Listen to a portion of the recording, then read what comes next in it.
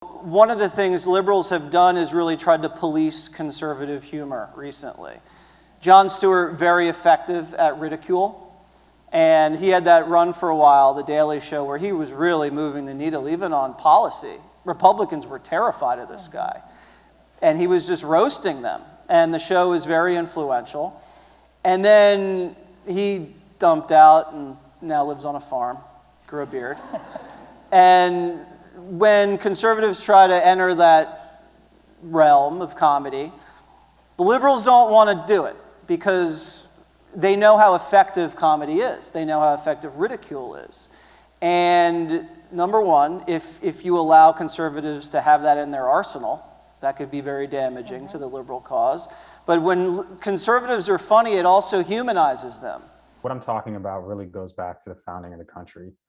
You know, you have a country where you say all are created equal, but you sever a tremendous amount of the people from the country to that ideal. So, you know, white men with, it really applies to white men with property. It doesn't apply to black people. It doesn't apply to the enslaved. It doesn't really apply to women as they meant it at the time. And so to justify that, you have to come up with reasons for why that, you know, these blessings that you say are the right of all humanity, why a certain segment of humanity is not entitled to them. And, you know, this is a battle that we've been fighting as a country since the founding. You know, we fought it during Reconstruction, we fought it during the Civil Rights Movement, and every year in between.